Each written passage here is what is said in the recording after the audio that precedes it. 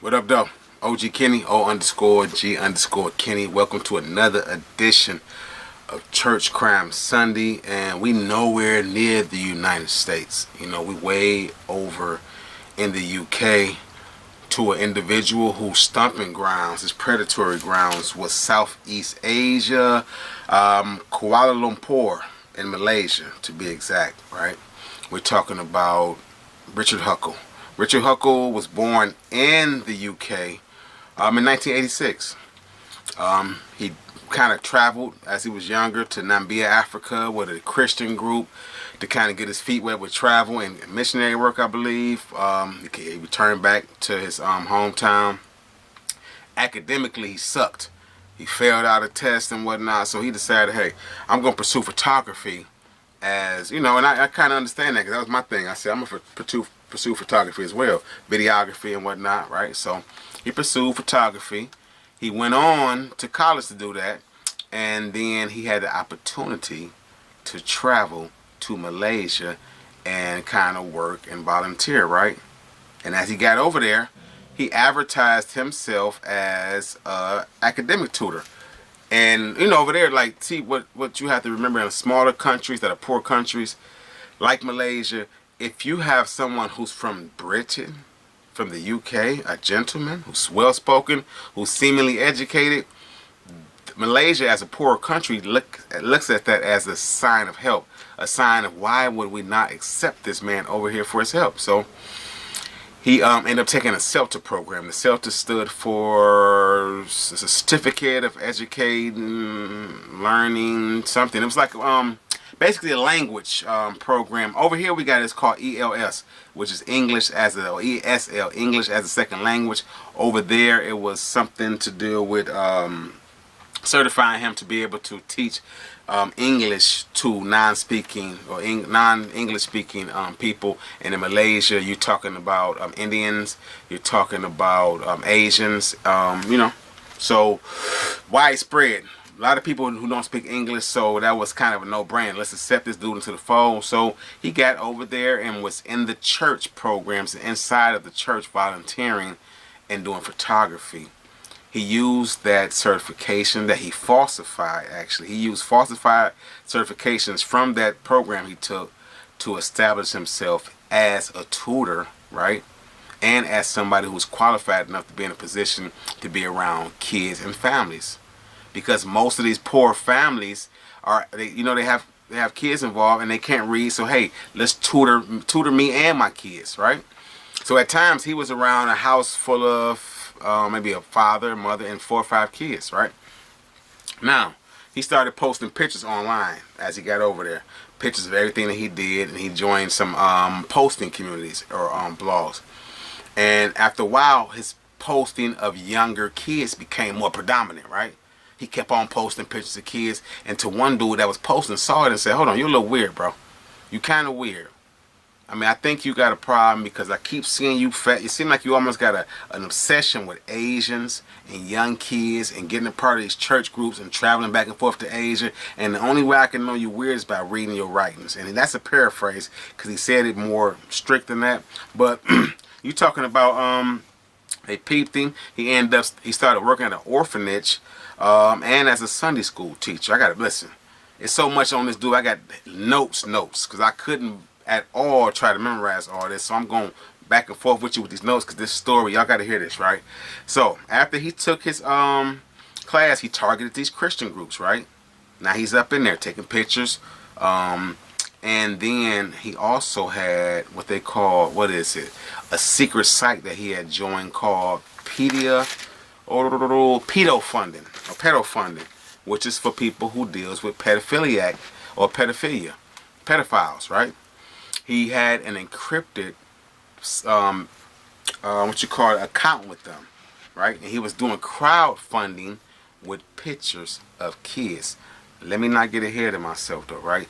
With this encrypted website, what he did was he used this Malaysian website to promote not just that tutoring thing, but to promote himself as a photographer, right? And he would go around through these Christian groups and volunteer. That gave him access to all these kids. Now, let me speed it up a little bit. he actually started posting abusive natured pictures of him and kids. So on his legit side, he's posting all of these good to do. Hey, look at this little kid I'm saving. I fed him today. You know, on the legit side. On the illegitimate side of the dark web and on pedo funding, he's posting abusive pictures of underage people. Right? And I don't want to say too much, but because I want to keep it PG, you know what I mean? In case you want to show this to your children and let them know that this type of life really does exist. But what they did was he started doing, I guess, too much, and then there was also other investigations going on in Malaysia for people who were victims of not just sex crimes, but of assaultive things against children when it came to, you know, physical wrongdoing and sexual nature things, right? So, an investigation ensued. They found him, and they sent out an arrest for him because he had all of this material that they had, right? Initially, when they arrested this man, he had 91 different counts of sexual criminal assault against children. 23 to be exact. And authorities suspected that he may have assaulted up to 200 babies. Up to 200 children. And he did this over the course of years. We're talking about from 2006 all the way up to 2014 when they finally got wind of this man, right? Now, not just photos. When they found this man's computer, you're talking about 20,000, not downloaded pictures, not ones he went and found on other sites and said, hey, ooh, this is very interesting to my sick nature. Let me download this. Ooh, this is... No, he took them himself. 20,000 inappropriate pictures with children, babies. Now what happened was an investigation ensued. He didn't have no wind to stand on. And then what's so crazy about this, the Malaysian government says this, that they actually had arrested him at one point under suspicion, but let him out because they believed that they didn't believe the kids. They believed that no way this English, well-educated man did this stuff, right? Let him out. And he had things in his background. It's not the first time. Let's note that he had been arrested prior to this 2014 incident, but he got arrested and he got released and then rearrested because he started doing the pedo funding thing. So that pedo funding thing that I'm talking about came after one of his original arrests and investigations. Let's note that. And then he got rearrested after they caught whiff of the pedo funding thing, and they said we're gonna hold him into trial. He said, I ain't stupid. I got 91 some counts. I know I'm guilty. They got all this evidence against me. They had encrypted notes and documents and language. You know, a post that he had put saying, I hit the jackpot. I got a 3-year-old who's as loyal to me as a dog. And don't nobody even seem to care. He had another one. He was talking about a 6-year-old boy. Like, I was trying to lure him in the room and get down with him, but I think he caught the bait and left, but I'm gonna get him next time, you know. Then he not only that, he had wrote a manual. He wrote a manual detailing how you can go undetected doing it. Same way Jared from Subway commercials. Jared, the same thing, you know. Jared was the same type of monster. All on TV, weight loss and all that, but he was luring babies into these type of situations and wrote a manual on how you do it, how to find the most vulnerable ones, how to exploit their weaknesses, how to make them feel comfortable with you and trust you, right? Pull them into the fold and manipulate and harm these kids ultimately, right? This dude here, Richard Huckle, ended up pleading out to those charges after all of this, after this manual he wrote, after all of these explicit things that he wrote, after even keeping score. This man kept a score and said he would get, for all of his crimes he committed against children, he would keep a score. Okay, this one here, penetration and whatever else, 15 points. This one here, 10 points. Over the course of a year, he had added up 1,305 points with his own 6 scaling and scoring system.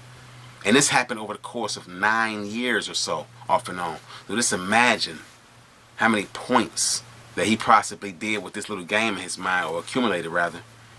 Now, after he played out to the 71 different charges, he ended up getting 22 life sentences. And I'm talking about these charges. You go to Wikipedia. Just go to Wikipedia and look up Richard Huckle. And look at all the different, how they break down them 71 charges. 15 different charges of this, 20 different charges of that. You know, listen, it's so much. And he did everything. He ran the gamut with these kids. With his youngest victim being 6 months old, oldest being about 10 to 12 years old. 6 months old. He even bragged about some little girl that he had at 5, and he had her from 5 to 12 years old. And from 5 to 12, he wasn't always doing the most extreme things with her. He waited till she got a little older and was bragging on his site that he shared with the other pedophiles, saying, hey, very rarely do you get to see somebody who you had after all these years, and you keep your child lover after all these years, and you watch the growth of their bodies from that time at 5 to now how they are at 12. I think I'm going to have plenty more interactions with her. That wasn't his language. It was a lot more explicit than that, but y'all get what I'm saying. He was going all the way with that little girl. All the way. And it's tragic. He got 22 life sentences. He get in prison. He doing his bid, right? You know, he writing his best friends and stuff. Hey, if you guys want to write me, I'm here now. They transferred me, blah, blah, blah. To all accounts from everybody that knew him from the being in the streets and in prison, he was very soft-spoken and quiet, right? Usually are. The most monstrous people against women and children are usually the most softest when it comes to being around men. Now, I guess he figured I'm going to do the rest of this time or do my life bid and I'm going to die in prison one day. That one day came a lot sooner than he wanted it. Because in 2014 is when they initially arrested him. He got convicted in 2016. In 2019, he ran across 30-year-old Paul Fitzgerald. Paul Fitzgerald had a lengthy history himself of, he was a convicted sex offender as well. But he had a more, I can't say more, but he had a lengthy history as well. Attempted assaults and kidnappings against women. Quite a few of them up until the point like 18 years old. He was young doing this stuff. He ended up, after all of this, right, he tried to accost the young lady, a kidnapper and whatnot, and for the purposes, because he got convicted of attempted or false imprisonment with the intention to have sexual assault and as a premise, right? Now, this is a dude who got convicted and got an indefinite sentence because the judge said, hey, you ain't gonna never change. It's just a possibility that you're gonna get out, and as soon as you do, you're gonna do some other heinous stuff, because they found a diary of his. In this diary, he detailed how he loved taking things from women on the sexual nature, on the sexual tip. How he fantasized about things that he could do with a 4-year-old boy. How he had a fantasy to get rid of and consume people. Cannibalism, right? That was in his diary they found after they locked him up. His past consisted of him being a psychopath with having mixed personality disorder, gender identification disorder, and he identified as a woman named Kiara.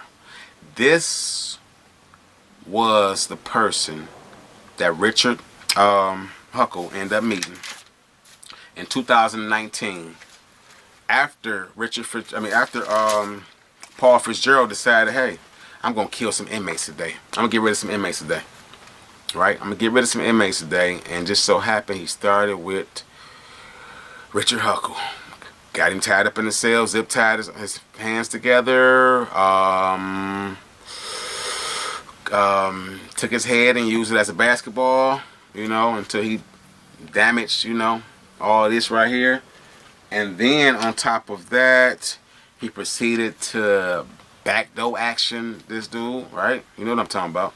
He got him together on that tip, as well as used a handmade, wata, a shank or whatever, to kind of, use this man like he was in a butcher block somewhere, like he was real at the meat market. He started, man, listen, he did some heinous stuff to this dude, including a spoon that ruptured things, including something up the dude's nose that went into his, cerebellum and all. I'm trying to be PG as possible, right? I'm really trying to be PG as possible and not give y'all too much detail, but y'all can understand what I'm saying. Spoon at the back door, ink pen or whatever with a metal blade or whatever up the nose to, and all that. Yeah. It was, and then when they came to see what was going on and check on him, he was still straddling Richard Huckle. Paul Fitzgerald was 30 years old, committed I want to say it was his first homicide, incarcerated. So, hey, some people might call it poetic justice. Some people may call it poetic justice. You saw, if you didn't, you see the movie The Lovely Bones. The Lovely Bones, I got a whole story about The Lovely Bones. I'm going to tell y'all one day. But if you watch The Lovely Bones, you see what happened with the dude. And that was based on a true story. The dude who was guilty of getting rid of that young girl and doing things to her. He ended up, slipping and busting breaking his neck, dying, falling to his death. Something like that, right? Poetic justice, though, what they call it. When you do so much heinous stuff in your lifetime and you get to a point where karma is a bad dude, man. Karma's a bad dude. I just wanted to say, hey, shout out to all the victims of listen, my shout out to all the family members, my condolences to people, the victims and whatnot. My heart goes out to all these babies that was victimized at the hand of this dude, and also at the hand of Paul Fitzgerald, because he wasn't innocent. He just was the one who took Dog out. But I just want y'all to take this to heart when y'all hear this. Take care of y'all babies, man. Like I always say, protect our babies. This is like somebody who found his way into the church and used the church as a manipulative tool to get and lure in people, like a lot of these dudes do, because they know that the church is one of the most vulnerable spots people come when they're having problems in their lives, man.